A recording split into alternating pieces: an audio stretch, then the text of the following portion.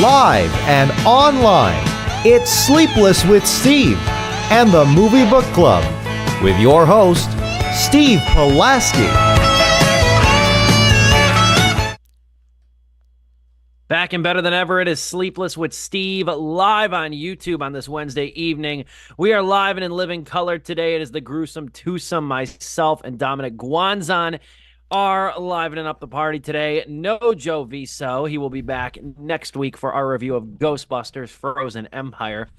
And also, too, I guess faithful viewers of the show or people who know what we cover might be surprised if they look at the YouTube title and see that we're not talking about Quiet on Set, the new Nickelodeon documentary. Bombshell Nickelodeon documentary dropped regarding Dan Schneider and the decades-long abuse/allegations/misconduct allegations that have been marinating online in different pieces like Business Insider. And we have talked about Dan Schneider on this show since time immemorial. Ever since he got fired from Nickelodeon in 2018, we have been, for lack of a better simile, on this shit like Charmin since really the beginning. I figured that since this show is a 4-part, it's technically a docu-series. It's 4 episodes long. Only 2 have dropped to date. I think the other 2 drop next week. I think that gives us a little bit of a runway to talk about that in the future. Next week specifically when Joe is back too. So between Ghostbusters Frozen Empire and Dan Schneider next week might be ruining quite a few childhoods across multiple generations with the coverage of both of those things. But we are here tonight. We are tackling Imaginary, going a couple weeks back, 2 weeks back only. Talk about the new film Imaginary, the brand new horror movie directed by Jeff Wadlow. Blumhouse movie as well, Lionsgate Blumhouse collaboration. Looking forward to talk about this movie. I've got a couple horror movies this year, and I got more to say about this one than the last one that came out. So we will definitely touch on that as well. I got Dominic Guanzon. He's running the show tonight, doing a fantastic job. What's going on with you, Dominic? How are you? Doing all right. Work's kicking my ass as always as the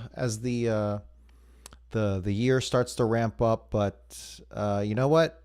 I had a great birthday weekend. This past weekend, went to the city, got some Korean barbecue, lots of good meats, and then this is the first time I had ever paid for karaoke, which is karaoke in the city. Bought a private room at a karaoke bar, and we had some good screaming sessions there. But yeah, because I have done a lot of karaoke in my time, mostly at my parents' house. Filipino karaoke is like the national pastime of that country, unofficially, kind of. But yeah, we got a lot of good singers in the family, and that's what I wound up doing on Sunday, St. Patrick's Day. My birthday is always brushed up against St. Patrick's Day, and I don't really mind all too much because it just makes the celebrations better. But it was a good time turning the big 3-0, turning 30. So. Very good stuff. Yes, you are 30 now. Holy shit. Yeah, man. You are 30 now. How's it feel? I don't even feel old. I just feel like I'm behind constantly, but I think that's just anxiety. So we're going to talk a lot about anxiety with the movie today. Yes, indeed. And childhood trauma and a lot of different things, a lot of the cornerstones of horror movie filmmaking. But that's good though. I've actually, fun fact, I've never done karaoke before. Oh, really? Never once. You are an artist. You are on Spotify, on vocal tracks. But you have not. You have music videos, but you have not done karaoke. Interesting. Not done karaoke. No, not at a bar, not at a party, nothing like that. Gotcha. Okay. Not a live performer. You might have to fix that at some point. It takes a lot of editing to make me sound halfway decent. So that's why I don't do karaoke or anything like that. I can't even really pinpoint a concrete time I've even seen it. Like, you know what I mean? Like at a bar or anything like that. I tend to avoid those nights. Okay. You know. I would watch you do karaoke though, if that makes you feel better. Oh, it was a time. But yeah, no, I've all good there and just continuing to keep up with life. I do, Steve, this is apropos of nothing. I do like how your background is the horizon of the Earth, and the lighting almost perfectly looks like you are actually in space. So Yeah, I got the deck door open now with daylight savings yeah, the time light is like too. hitting from behind. Yeah, it's like illuminating from behind, like right on the horizon right here. Hmm. It actually looks very nice. Sun might actually stay up for most of the show too, or it might stay light out for the duration of the show and Gotcha. keep the ambiance going. Good note, good touch there. Good notice. See, we're Good gonna talk about nuance. lighting today. No, not really. Not at all. But we are talking imaginary. A little miscommunication. I thought I did not make it clear. I had planned in my mind to talk Snack Shack, and I think I offhandedly mentioned it during our Oscar show last Tuesday, which was a huge show. We talked so much in a relatively short amount of time, too. So I was prepping to review Snack Shack today. But instead, I had on the calendar Imaginary. So that's what you went and saw. So I that's an looked updated at the me that order. I looked at the order and I said, "This is the official document, so I will go with the order and I will do as directed." Not a bad play. Not a bad play there, which is totally fine because Imaginary left me with a lot more to discuss than I thought it would when I saw it a couple of weeks ago, too. Mm. First things first, 2024 seems to be the year of the imaginary friend in movies. This week, the weekend Imaginary came out. There was a comedy release called Ricky Stenicki with John Cena and Zac Oh, Efron. And it was really about like these friends that come up with this imaginary friend on whom to blame a lot of their exploits. And also, I don't know if you've seen the trailers in theaters. I feel like me and Catherine have seen them like 3 or 4 times now. There's trailers for John Krasinski's next movie. It's called If. If stands for imaginary friend. It's got Ryan Reynolds in it. hmm. So this seems like the year where imaginary friends are really getting their just dues in movies. All three totally different kinds of movies too. Because Imaginary, the movie we're talking about today, is a horror movie. You've got Ricky Stenicki, which is a comedy, a brazen, raunchy comedy. And then you have John Krasinski's If, which is more of like a high concept, large scale fantasy movie. So I wrote my review, as you can read at stevepulaski.com. I wrote my review of Imaginary. I said, while we're at it, let's imagine two competent presidential candidates to round out the year. That all being said, though, Jeff Wadlow's Imaginary. So this was a movie that was not screened for critics when it was originally released a couple of weeks ago. Was not screened for critics at all, not even at the 11th hour. The critics that saw this thing paid for it and saw it on Thursday and Friday nights. And that's generally not a really good sign for movies, not at all. We saw it the first showing on Thursday night, and I think our theater was even empty too. But I'll be honest, like this movie impressed me quite a bit. I didn't have the highest of expectations for it, and I emerged somewhat impressed by this. There's a fun thing I like to mention Really? with Jeff Wadlow. I've seen. Oh, okay, we're gonna have some dissent here. I I already know. think so. There's a there's a thing with Jeff Wadlow, the director of this movie, that I want to touch on. That I've always liked his origin story as a director. I have not seen a ton of his movies, but in 2005, he made a movie called Cry Wolf, which was a very relatively low budget horror movie. And it's nothing really special. It's okay. It comes from like it's kind of got like werewolf undertones to it, if I remember correctly. And it's even got like an imagination actual angle to it too, now that I think about it. But the reason Cry Wolf is noteworthy though is because how he got the money for that was in school. Him and his buddy they made a short film called Cry Wolf, and they submitted it to like this Chrysler Film Festival or something, this film festival that was sponsored by the car company. They won $1 million prize and used that money to fund that movie. Huh. And I always thought that was kind of a cool origin story for how Jeff Wadlow came to be. I think his biggest movie he directed was probably Kick Ass 2, which I didn't see, but that was kind of his big one. And now he's got this imaginary movie out that is a PG-13 horror movie, which is a red flag in and of itself. But there's a few things that I think keep this movie pretty interesting. I think there's multiple twists into the story, including a couple unreliable endings that I think are pretty effective. I think there's some really good, at least as far as horror movies are concerned, I think there's some really well-drawn characters here. Most notably, DeWanda Wise, who we're going to talk about or DeWanda Wise, who we're going to talk about the most here. And also the fact, too, that there's There's a lot of dynamic stuff going on with the visuals too, especially in the third act that I didn't really foresee. Sort of the twist that this movie takes, including one that's revealed about halfway through that feels like almost like an end of the movie type of reveal, but it doesn't. It somehow doesn't run out of steam, even after revealing that. So I think there's a lot here to chew on, and I'm interested to see what had you aghast that I was going to speak maybe more positively about this movie than you had anticipated. Yeah, so I guess first thing I should mention is that I just found this out just now, but Jeff Wadlow is, well, he did help write the movie. I think he was one of two people for the screenplay on Bloodshot. Do you remember that movie with the with Vin Diesel? I didn't see it, but I vaguely remember it. Yeah, yeah. It nothing to really write home about, but it did have it definitely did a lot more than, like, it was punching way above its weight class, and it did actually quite well as a result. I think in terms of the box office, I'd have to look at that again. But for me, I was like, oh, you know what? For me, expecting absolutely nothing with a Vin Diesel, another Vin Diesel superhero esque thing, I'm like, okay, you know what? This is all right. Imaginary almost had me do the flip take, where it's, you know what? This movie is not doing too much for me right now. It is plodding along. It is teasing at some interesting things without actually being interesting. That's kind of an issue. And there's a lot of, how do we say this? The errors for me appear to be in the, not technicalities of it, but just in the scene by scene pacing of it. And it's hard to really get into that, but every single character here just seems so very plastic to me. I don't know if it's that there's so too many of them are too nice. I don't know if not enough of them have a hard edge to them. The Alice, the young actress who plays Alice, obviously, our long-standing rule here in Sleepless with Steve is that you never blame a child actor at all. It's always something else going on. But something about her dialogue was it's suffering from. This was written by an adult.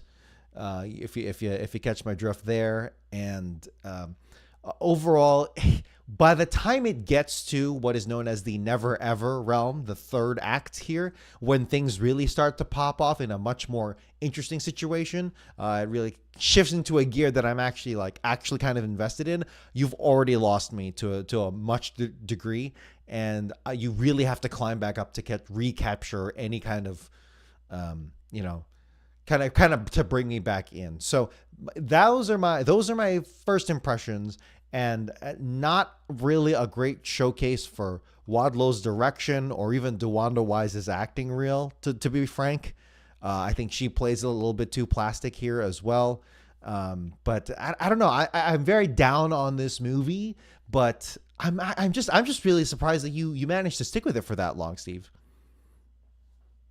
Yeah, I disagree with a lot of what you just said, truthfully. Okay. Okay. So We I'll don't start have a with joke here to moderate, so we're gonna no, both we make it off. don't. No, we don't, which is really interesting and different here. No, I like DeWanda Wise a lot.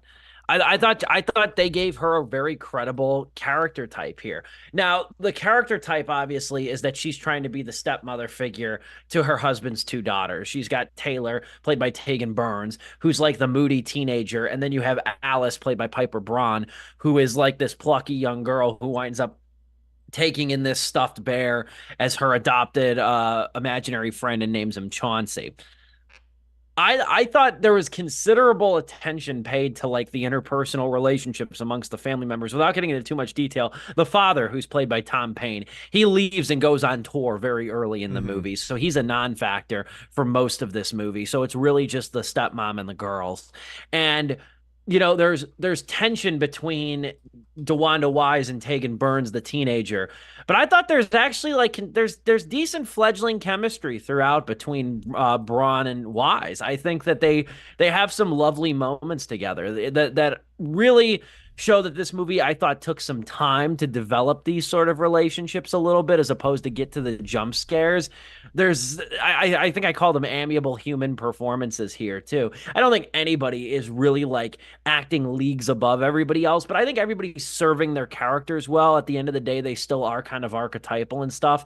But I like the fact. I'll say this. I like focus on the characters. They did enough to make me believe them, and I think the actors perform them well. And I also think the grounded setting, it helps a lot with this movie too.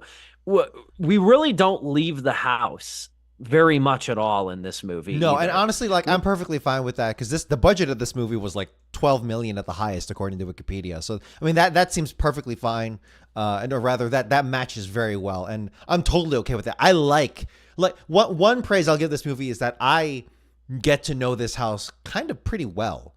Like I know when she's coming down the hallway. That seems like such a backhanded micro compliment, but I am serious that for like very not closeted, but very claustrophobic or more, horror movies that have a mystery to them that really need to retread the same sets, the same scenes, the same rooms. It's like, okay, when you can put me in this house and I know where everything is, kind of, it doesn't play with it as much as maybe I'd like because they go on to a whole different place.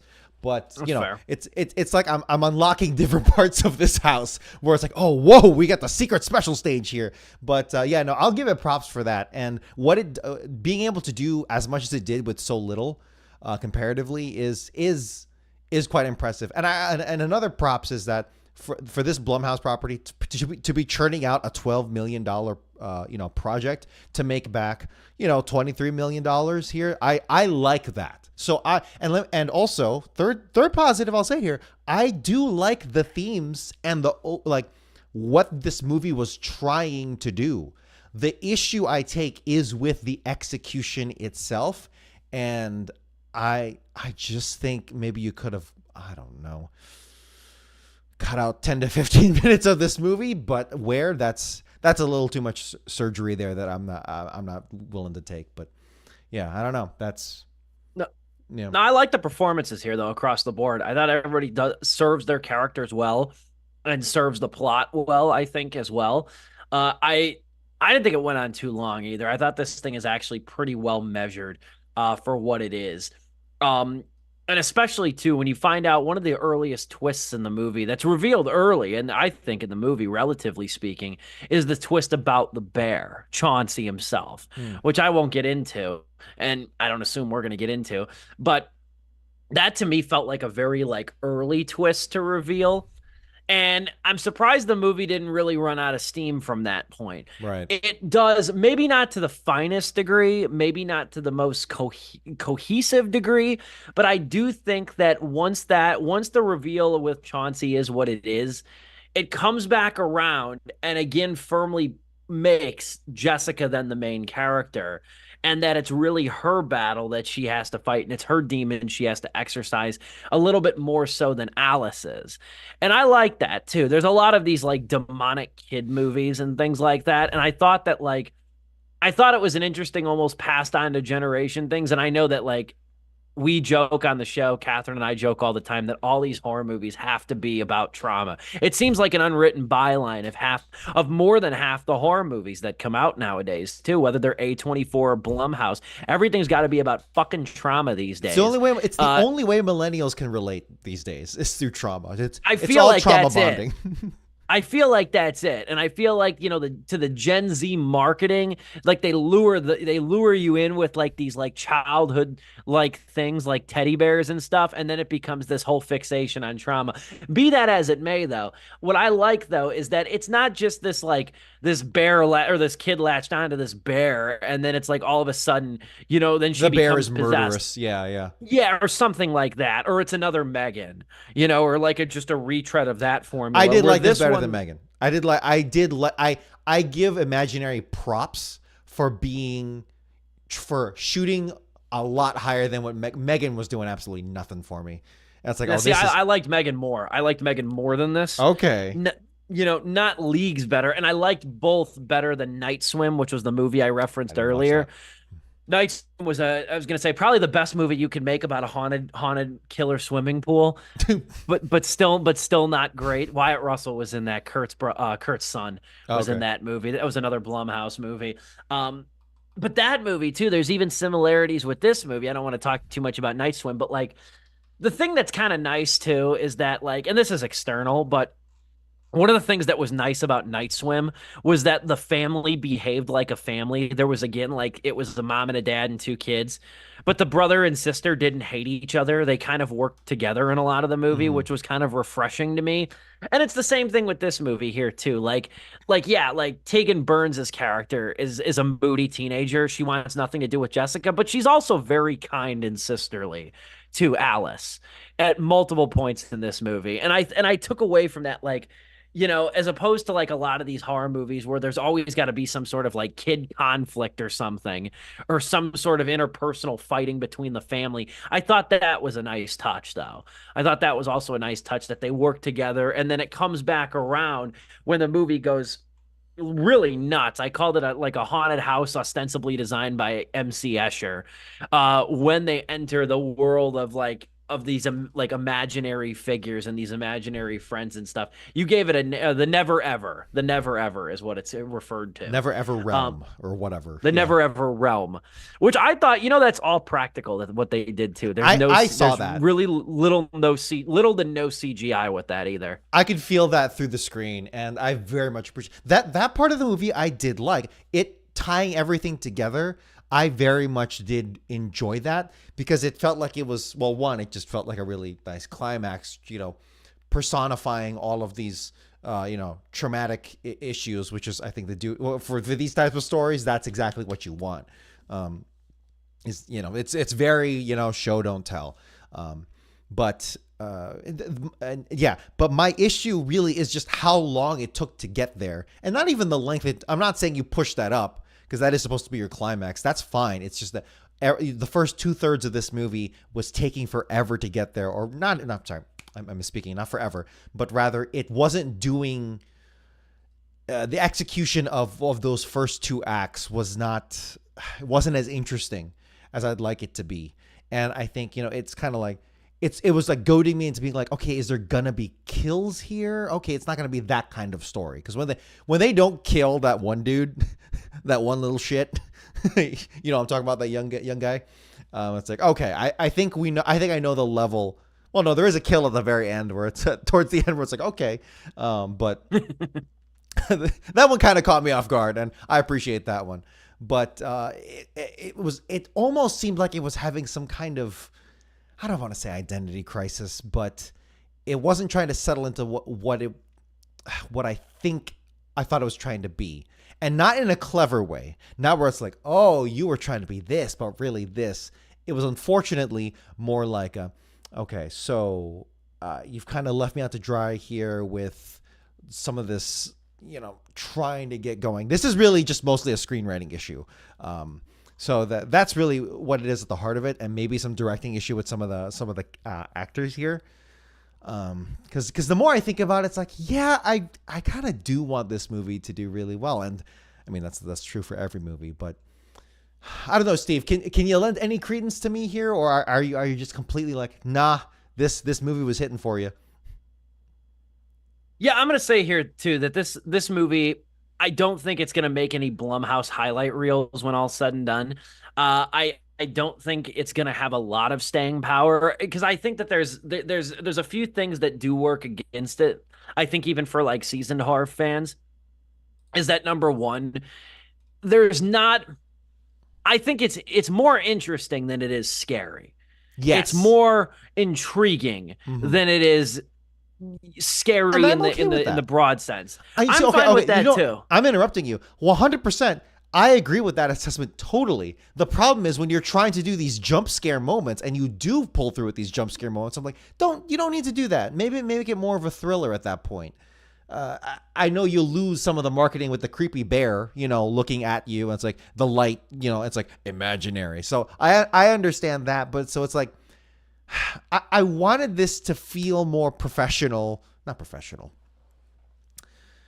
to have like a deeper, like taking itself a little more seriously than what it was doing with, when the bear was haunting that one dude, that next door neighbor dude, where it's like, oh, here we go, we're messing with him. It's like, oh, the bear's here, now the bear's here, and we're doing this for like 4 minutes. I'm like, okay, are you gonna kill him or not? Just get it over with. And it's like, yeah, again, if you could build that third act backwards into like a more like a movie that's taking itself more intelligently, then I would be all in on this movie.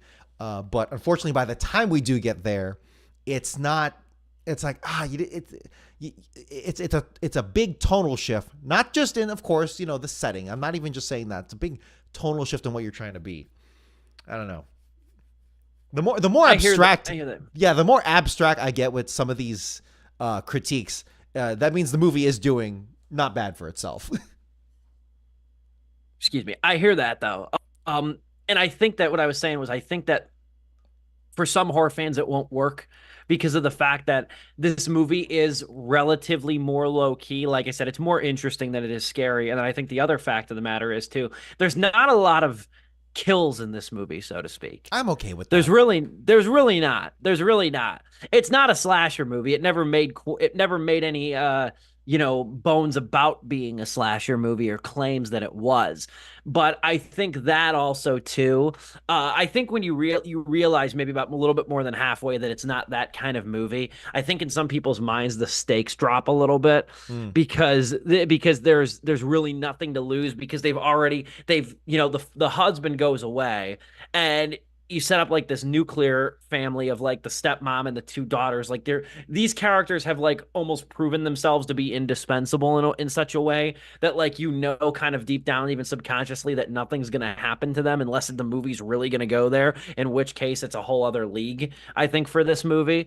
But I do think overall though, it entertained me. It really did. It entertained me. I don't think it's too long either. I think even when you get to the never ever portion, which is longer than I thought it was going to be at about 20 minutes or so, just kind of like mentally clocking, what I remember and stuff. I think it was about 25 minutes or so. I thought that's the added dimension with this thing. And it's more than kind of like a cacophonous showdown, like something like The Exorcist Believer was, where it just got loud and it just got raucous and it just got like everybody yelling over each other versus this movie. I think it still remains, even when it gets wacky and it gets like visually goofy and it takes you to that never ever world, I think it's still grounded in a way that keeps those human characters that I do like throughout the movie. It does keep them in focus. So I think that this thing does a lot well for itself for a movie that they didn't want critics to see early, even too, which I truthfully did. I didn't know. Until after the fact that critics didn't get screenings for it. But I thought it was solid. I think it's a solid effort from Blumhouse. I don't think it's much more. It's a remarkable movie by any means. But I will say I do think it's a hell of a lot better than Five Nights at Freddy's. That's my hot take for today's show. Yeah. There was definitely a lot more going on there, and that's not even the fact that it was a property. Pre-existing property. Yeah, I think. Do we want to move on to final thoughts here? We can, and then we'll come back and talk about our news piece here. I figured this was going to be a pretty quick review. Yeah. I do think this movie exceeds expectations by delivering on its concept pretty strongly. It's got some solidly relatable characters. I think the world building is much world building as you can get for a movie that takes place largely, I think 90% in a house. And if it's not in the house, it's shortly outside or outside the home. I think that there's a lot that this movie does pretty effectively. I think it's well acted. DeWanda Wise in particular, I think does a very good job. And it does. And while it might be a little bit light on the scare for a movie of this breed, it kept me very entertained, and I admire it for that. And I think that I think that there is a market for these kind of medium to lower budget efforts too. I don't think it's a crowning example of that or even Blumhouse, but I do think it succeeds on what it wants to be on a very low key level. So I would say 3 out of 4 stars for me. I'm lightly positive on this thing for sure.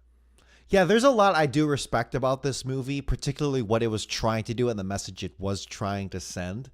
I know we joke a lot about trauma, but that's a message that resonates with so many people right now and with me. So I totally get it. And I'm happy that it didn't wind up definitely a lot better than Five Nights at Freddy's. And I'm glad it didn't devolve into just a traditional slasher imitator. So it was aiming for higher, but unfortunately, where we critically differ, Steve, we just have to see it different ways, is that it it did not entertain me through those first two acts. And by the time it got to that third act, it was a definite improvement. I felt that tonal shift. I felt that gear shift, and I was totally happy for it. I was doing a lot there. I admire the craft of that world as well. But it's just too much plodding along. Like I said, maybe the actors were just directed to play it way too nice here with some scenes, particularly with DeWanda Wise. Maybe not her best showcase in terms of previous things, because I know she was in Fatherhood in a smaller part, and Harder They Fall. I don't think she was in I don't think that was a big part. And we're not going to talk about Jurassic World Dominion, but for now, I'm going to give this a pretty solid 2 out of 4 stars for me. Didn't quite hate it. There was a lot more that I wanted from it, and I was rooting for the movie, but was hoping for a lot more. All right, I love a split decision right here. Very Siskel and Ebertian over here. I love it. We will come back and talk about this new story from IndieWire that has to deal with adult streaming versus theater habits. This has been getting a lot of play in film critic circles here, too. The headline is very catchy and has some credence. It says 2/3 of U.S. adults would rather wait to watch movies on streaming. So we're going to touch on this. And this is the story we are going with instead of the Dan Schneider story, which we will be sure to loan a lot of commentary to next week. But I'm really interested to hear your thoughts on this too. And I have kind of a personal connection with this story too that I can't fully disclose. It relates to my job and nothing is set in stone yet. So I can't fully disclose it, but it's germane to something I'm working on right now too. So I'll be interested to kind of flirt with that and, operate on that as much as I possibly can for the second half of this show. So we will get into that as well. So it is the Gruesome Twosome tonight on Sleepless with Steve. It's myself and Dominic Guanzon serving in for an absent Joe Viso. We will be back here in just a couple of minutes. Don't go anywhere. It's Sleepless with Steve live on YouTube.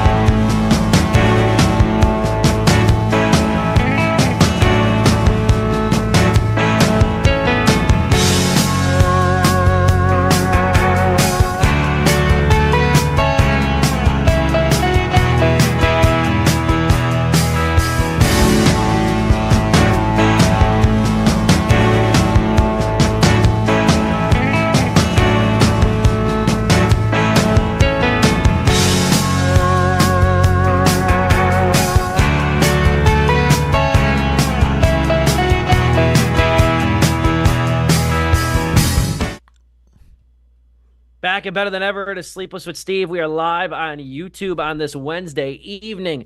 Flew through our review of Jeff Wadlow's Imaginary, which is now in theaters and also available to rent for $24.99, the price of like 6 movie tickets Jesus. on YouTube. Yeah, that's still the price point for movies that are like still in the theaters after a couple of weeks and then on streaming is $24.99, Some which money is heist shit or tower heist. Yeah.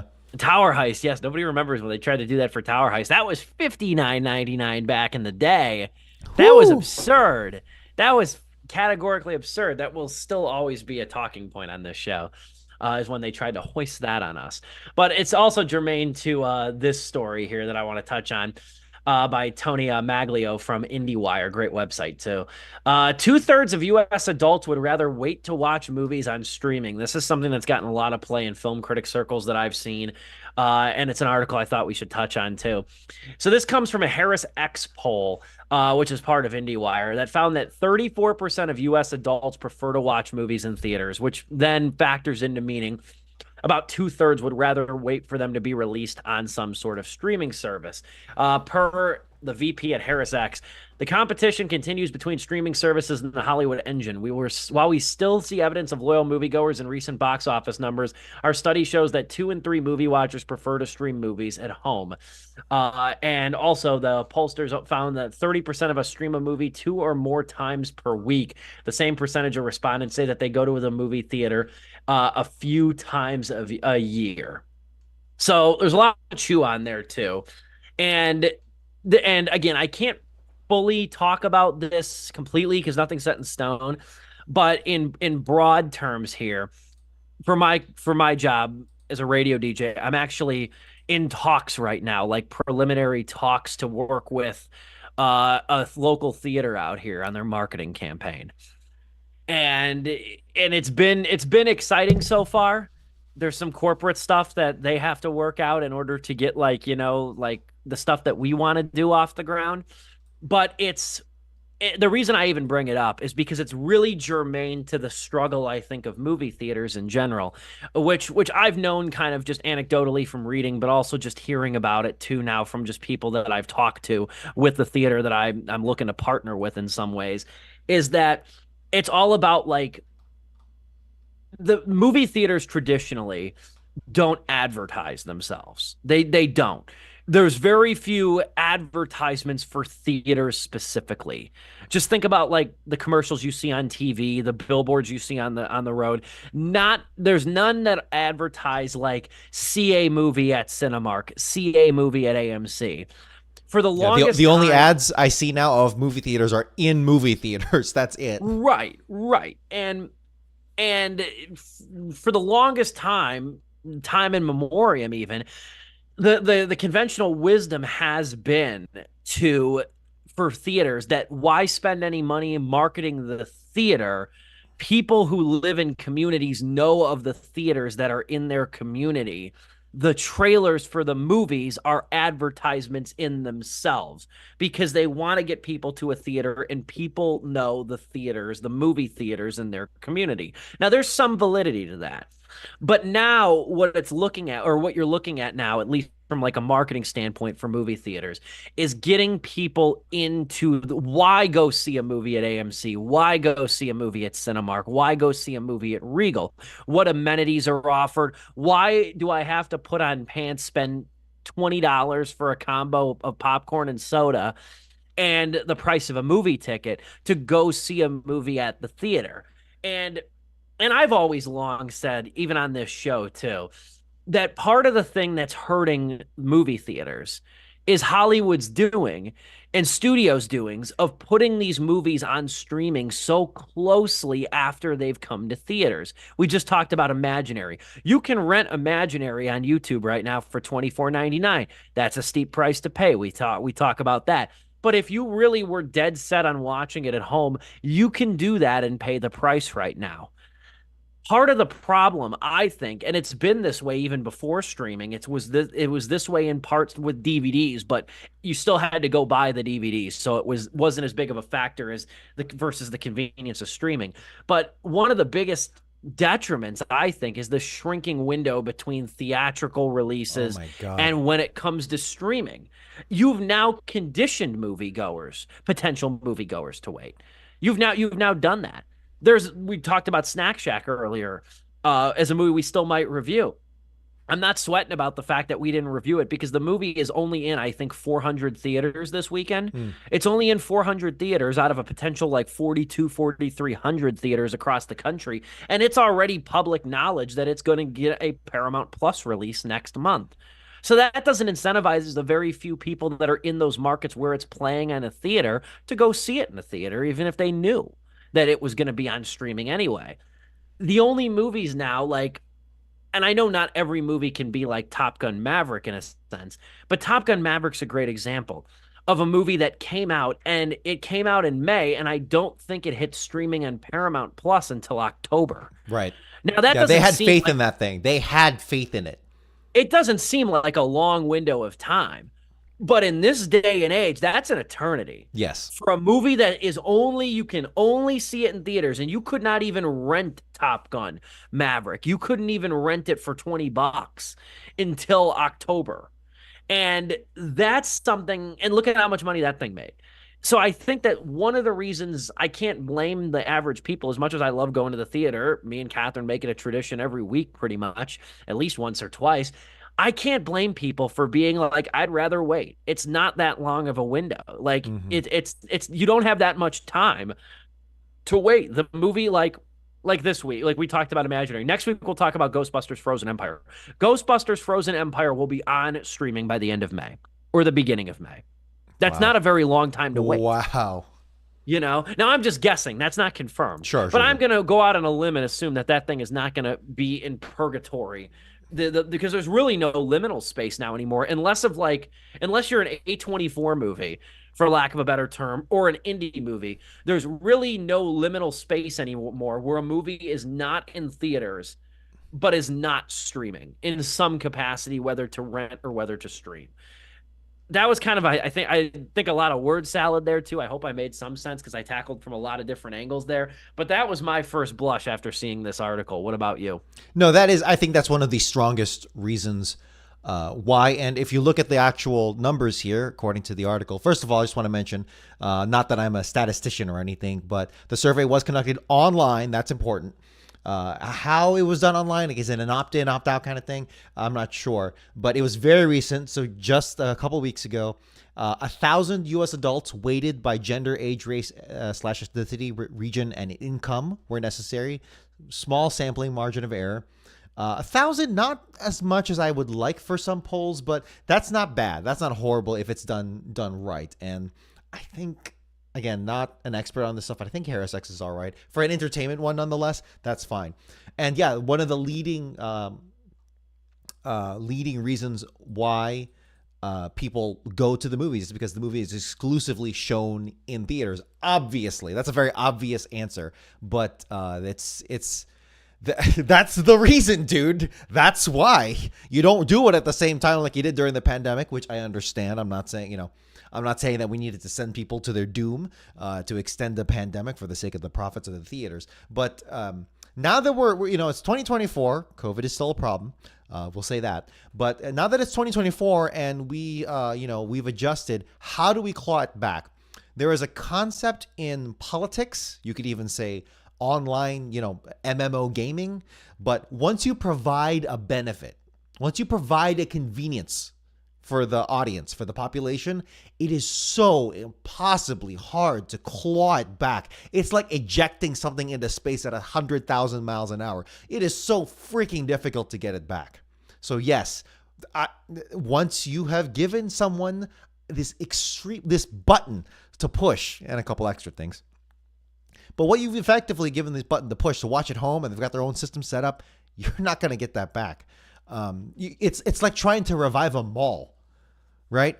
It's like, yeah, here's the mall experience. We've redone our mall. We've poured marketing into it, et cetera, et cetera. Tell your friends, hashtag save the mall or hashtag I'm specifically thinking about Yorktown Mall, which is actually doing not that bad compared to like other malls in the area. But Yorktown Mall, I was trying to remember what that hashtag was. It was kind of stupid. But like Yorktown, they had to turn it into a dog mall now.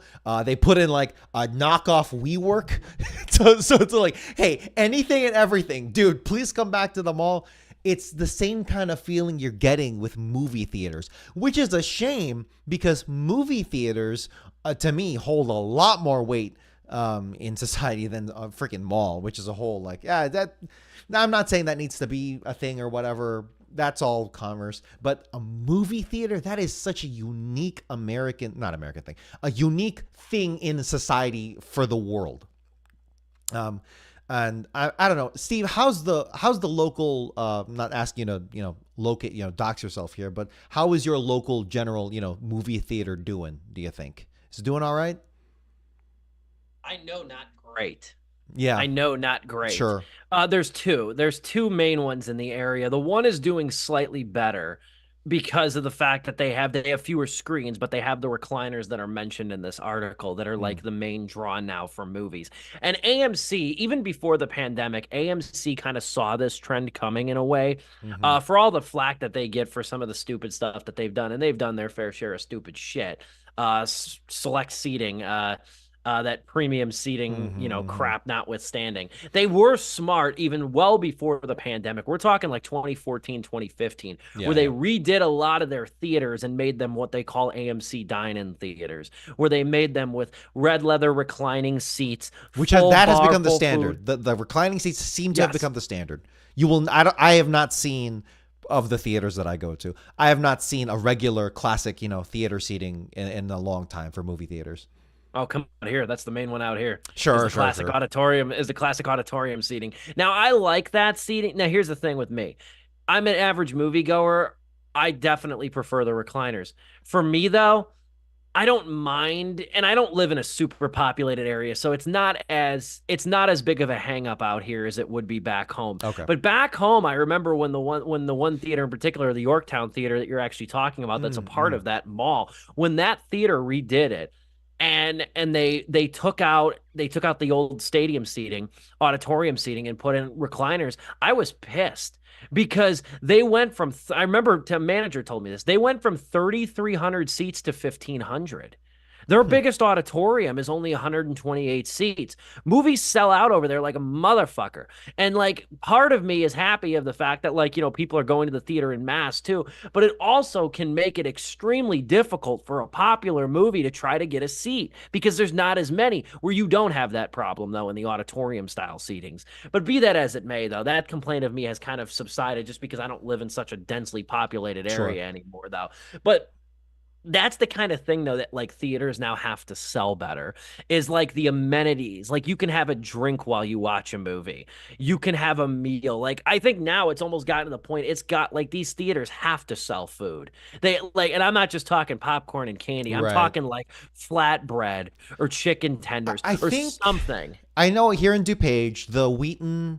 Oh my God, what's the name of it? Yeah, it's one of those things. It's not the AMC. Studio Movie Grill. Thank you. Yeah, Studio Movie Grill. That one's doing well from what I've seen. I've only seen the blockbusters there, specifically for that. For us, I think we can agree. For me, at least, I'm more of I don't even need popcorn. I just freaking sit and I just need the space. I just like the theater, and I am actually very happy that one of the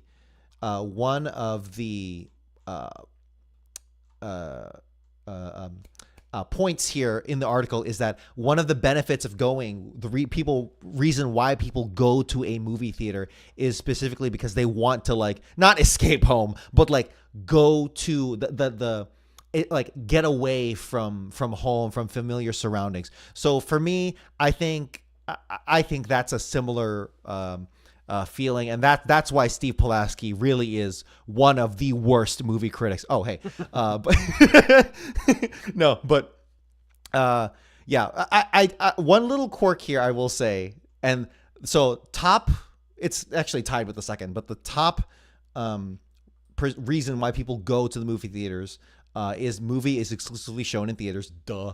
But number 2 and number 3 are so Barbenheimer coded. Number 2, advanced viewing technologies such as 3D, IMAX, etc., 30%. And then number 3, the experience of watching a movie with an audience is 26%. I'm actually a little shocked that that wasn't even higher, the experience of watching a movie, particularly after the Barbenheimer craze. But that really, I think that's more of a, not flash in a pan, but rather like once in a lifetime or once in a decade kind of phenomenon. So maybe don't I put think too we have much. we have a romantic view of that, and I've had, I mean, like I said, I've gone to enough movies, I've had excellent audience experiences and stuff like that, where you really feel like you're part of a collective. And then finally, if you scroll further down, though, you see the rest of the reasons for people who rarely go to the movie theaters. One of the top reasons, the number one reason, 19%, is distractions from other members of the audience. Yeah, go figure, right? Now here's the one unsung thing about recliners that is really interesting. I don't know if you've noticed this yet.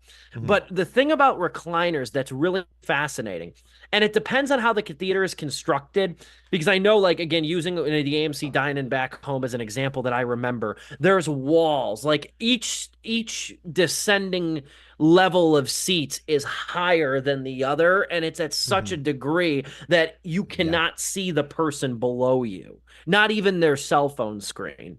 The one thing that's kind of nice about the recliners, though, is that if you're reclined, you really don't see the glow of cell phones. You don't see the glow of them. I don't know if that's a design thing that they thought about when they made those, I bet or you when they know, implemented but those. I don't it's a think they did plus. it. But no, I'm serious. Am I wrong? Like, if you go to a theater No, with I don't those think you are. reclining seats, you cannot see the glow of somebody's cell phone. You really can't. Unless they have, like, their whole friggin' brightness turned up, then maybe you can see the Yeah, aura. if they're an idiot. But you really can't see it like you can in normal auditorium seats, where you can, like, basically view the person who's a few levels below unless you. I'm watching God's Not Dead 4, where the whole audience are boomers and, like, they they don't even know how to operate. It's automatic hyper brightness, hold it up like this. But no, all that aside, looking at some of the reasons why people are not going is distractions. And for me, I think this is just something I've gotten from my dad. I have a weak bladder. Maybe it's because I'm 30. Maybe it's because it's genetic, but I got a weak bladder, dude. So being able to pause, I'm sorry. That if I had voted in this category, I would have said, that's definitely one of the reasons why I would vote, or I would choose that selection, is because I kind of like pausing. Not gonna lie. But yeah, I mean, of course we would go the other way, because this is one of our passions, and this is a very, very, very important poll that I think people are gonna definitely be referencing for a bit, at least until the next one. And yeah, I guess rounding it out, did you have anything else, Steve? No, I said all my major points. Yeah, because we know they're not going to, but if you are in a mid to higher position of authority and you're looking at these polls right now, authority in the movie industry, right? You're like 5 levels removed from Zaslav, and Zaslav bumps into you and he's got a coffee, and it's like, oh, hey, Steve, how you doing? Hey, look at that IndieWire poll, that Harris X poll. What do you think about that? What would you tell Mr. Zaslav? Well, I would say there has to be. This is more of a theater issue than a movie issue. Correct. It's more of a theater issue than a movie issue. That is the correct framing. As I'm thinking about that, I really did choose a different company altogether. Whatever. You know what I'm saying? If you were in a higher position of authority in these theaters, it's like, okay, how would we approach this? How would we broach this topic? Yeah, the theaters have to jump on a marketing sort of trend, you know what I mean? Or at least advertise the amenities that are available in theaters. Because I think what happened now, I think Barbie and Oppenheimer got a lot of people back to the theater that hadn't been since, pre-COVID. Taylor Swift, Eras Tour. Taylor Swift was another one. Taylor Swift was another underrated one. Yes. And they waited, because when was Eras Tour? That was last year, right? When did that run end in theaters? Before 2023 ended, right? That movie came out, I think, after the U.S. tour. So it was after the U.S. tour. After the U.S. tour. Okay. Yeah. Because that was a wider gap than I'm used to. between. Mhm. It's going to be on Disney Plus, I think now or very soon. It is on Disney Plus It now, is I okay, believe. but that's fairly recent. So that was a bigger gap than most. Sorry, distraction. No, I know, no, you're absolutely right. But I think what it got a lot of people back to the theaters, those three event movies, as we Yeah, call yeah, them. yeah.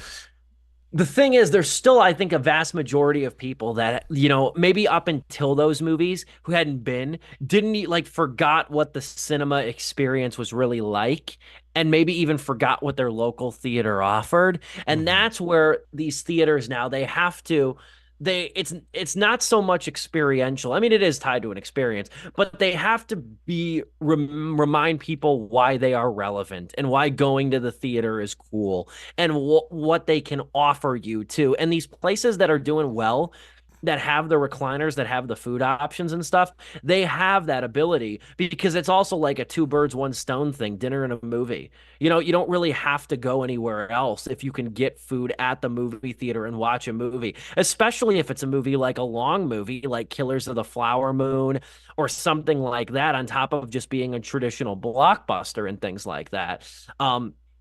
And then I just think there's just another sector of movies that are always going to have a little bit of a harder time. The movies like Snack Shack, the movies like Imaginary, they are going to have a harder time trying to court an audience to go see them in theaters. There's event movies of every genre, there really are, Mm-hmm. but like the lower budget mid-tier horror movies, I think, have a hard time. I think the comedies, as we've seen traditionally, have a very hard time nowadays. There's not even that many made in that go to theaters anymore.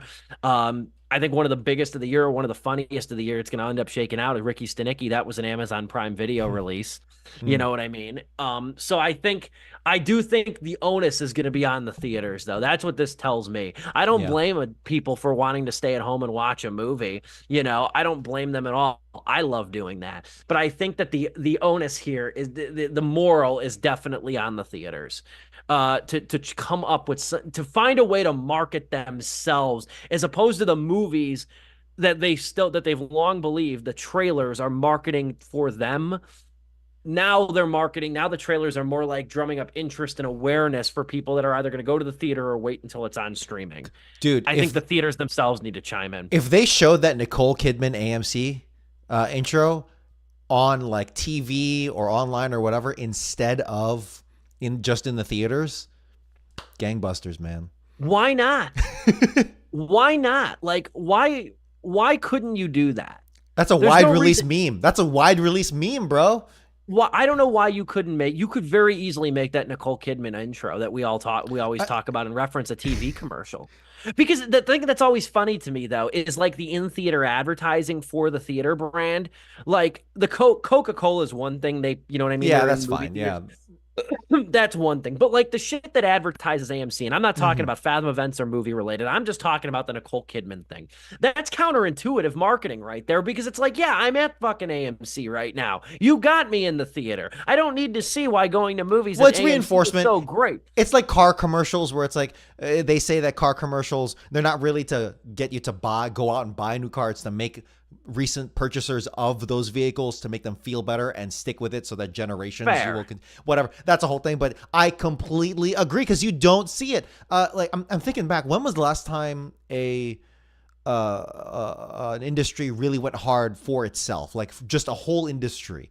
The first thing I'm thinking of randomly is remember the Power of Print campaign? This was like 10 years ago or 15 years ago, where it's like, but again, funny enough, those ads were mainly run on in print magazines. I remember opening up my mom's People magazine, like, oh, a 2-pager on the power of print and why that's so important. Bro, I've already got the subscription. My mom's already paying for this. All right, so I don't know. Yeah, it's a reinforcement thing, but yeah, dude, how you go about that? Make it memeable. Get Gen Z in there. They're the only one. They don't have a lot of purchasing power, but they do have the memes. So yeah.